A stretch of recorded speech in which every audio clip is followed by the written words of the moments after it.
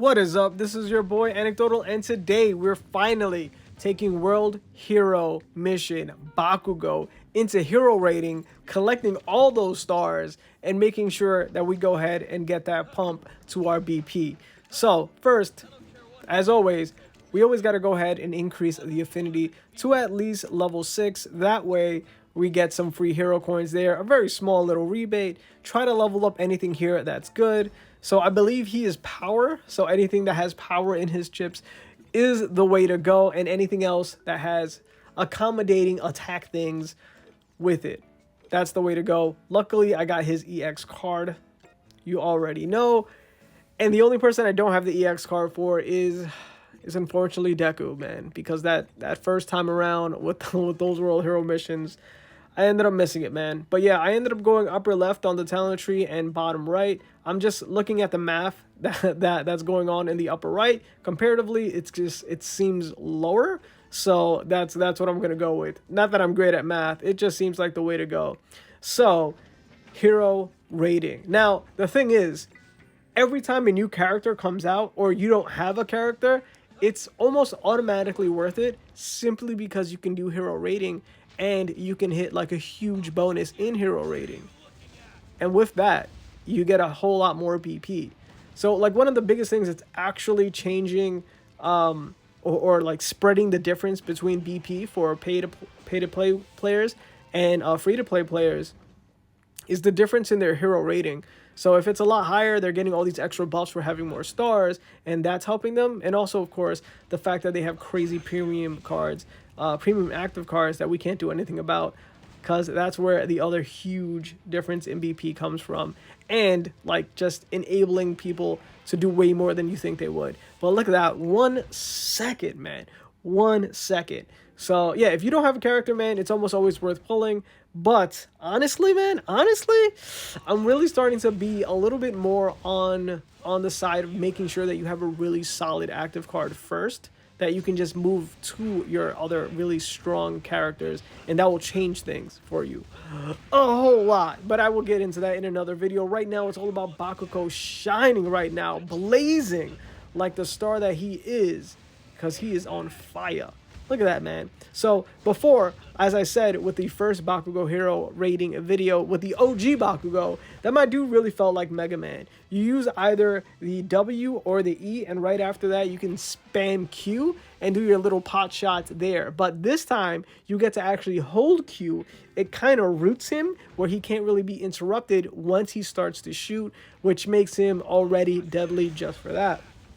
His E ability is basically a mini All Might. And you already know, man, I main All Might. He's the guy with the most BP because I put the most into him. He's the person that I'm overclocking my chips with, and not with anybody else. Honestly, if I did it with anyone else, he would not be my highest BP character because he's the events banner character. My dude right here, though, boom, is looking amazing. That was right there his W. He just kind of like Falcon punches himself, or Falcon launches himself to the enemy straight ahead. And just looking at these attacks, so many of them cannot be interrupted. There's like an innate super armor in all of these attacks, so you can be hitting him and he will still be hitting you, but you're going to be the only person that's going to be knocked back. Is what makes this guy so OP for PvP. I know a lot of people are saying that Deku's better, but when it comes to playability, man, when it comes to naivete, when it comes to not knowing what you're doing and just pressing the button, I would have to say on top of the list will be my homie Bakugo. You don't really need to know what you're doing, man. You spam the skills, and the skills will just work for themselves, man. So this W just really a cool skill just to get to people, and it does some damage. His regular damage, he ends up hopping up into the air and then like bazookaing you with some bombs. So that's really cool. And like I said, the E for a tornado, just if anyone is next to you, you're going to do damage, and it's a movable skill. So you can't move for a very long time, but you do have a couple of like small inches, I guess depending on how big your screen is, of movement. And dude, I don't know about you guys, but that finishing frame where he's basically pulling like a Shakespearean looking into a skull kind of feel, it's not very good, man. He finished it. He's just like, look at my hands. What has thy done? It's not great, man. It's not great. But yeah, this tornado skill, boom! Look at that. Amazing. I don't think anyone even came out. That was all him. Very impressive. Yeah, this right here. This, I didn't like that. This looks cool. But that finishing screen, that transferring screen from here to the next one, wasn't very good, man. I'm not feeling that. I'm not feeling that. Everything else though, I am feeling. He looks really cool, man. He really does. At first, I was like preparing myself not to get him, but ooh, perfect timing. Look at that. Right when they all went in, I was able to go ahead and do the Q, and then let's see what the ult does. All right, the ult is like a super like steroided version of the E tornado move, where he does the tornado, jumps up, and then does another one at you. Pretty cool, but the damage kind of look a little low, and I'm not 100% sure about how good the AoE is, but look how easily we got to 30. Zero struggle, my dude. We got that title like it was nothing.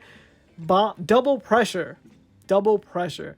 Bro, it was amazing. All right, so very fun to play. For me, I would have to say that he's like super PvP worthy, man. Like, I had such a good time getting up to these 30 stars to get the title that I'm pretty sure I might be able to get 33 here. Ooh, especially with that tornado move, man. Ooh, and he can't be hit. And look, even his normal attack. That's what they did right with the World Hero Mission characters, WHM. Man, they're regular. Oh my, what's happening? Why am I in the sky? Okay, so I got my attack up. What do I do here, man? All right, so in PvP, I always finish my opponents before I get to the sky like this. But that's cool, man. It doesn't look like I could really be reached, and I can continuously attack. Now, that looked like a million damage, but, you know, you're hitting two people. So that just kind of shows you that his damage isn't very high.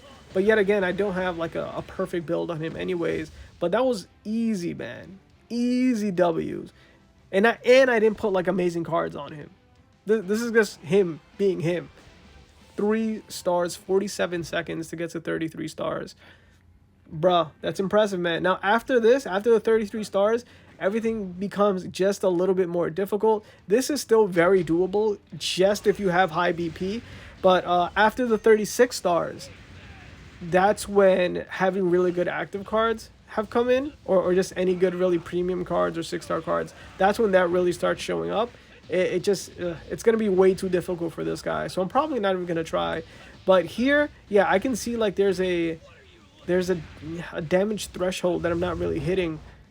Oh, it was really hard to position myself. Maybe I should have opened up with the E for this one. But yeah, once it's in the air, I'm not really sure what buttons to press. So I probably should have done some hero training before I did the hero rating. But, ooh, look at that. I got them all three. I got all three. So, yeah, look. So you're expecting, like, amazing damage, right? Because I'm hitting all 3 of them. But just divide this huge amount of damage into 3, and you'll see that his DPS just isn't very high.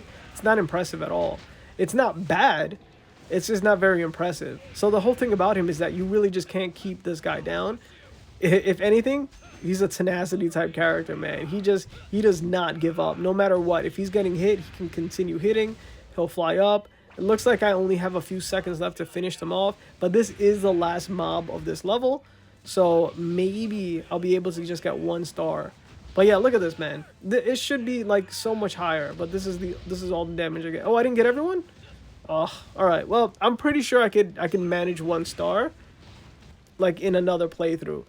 But yeah, man, I know a lot of you probably missed this already. I had a summoning video like maybe 4 or 5 videos ago and just didn't get a chance to do hero rating and actually talk about it.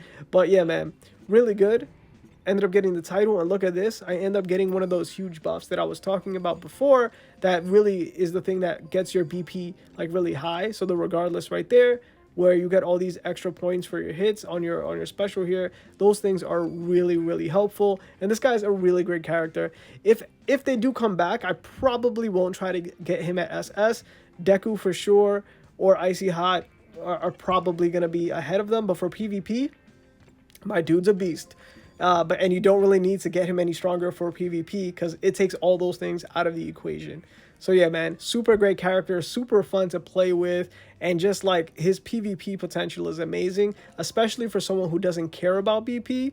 I found BP to basically be it he's a cheat code for PvP, man. So this has been your boy Anecdotal, and if you like this video, man, make sure to like it, share it with anybody from the MHA community, and of course, don't forget to make yourself known. Comment down below.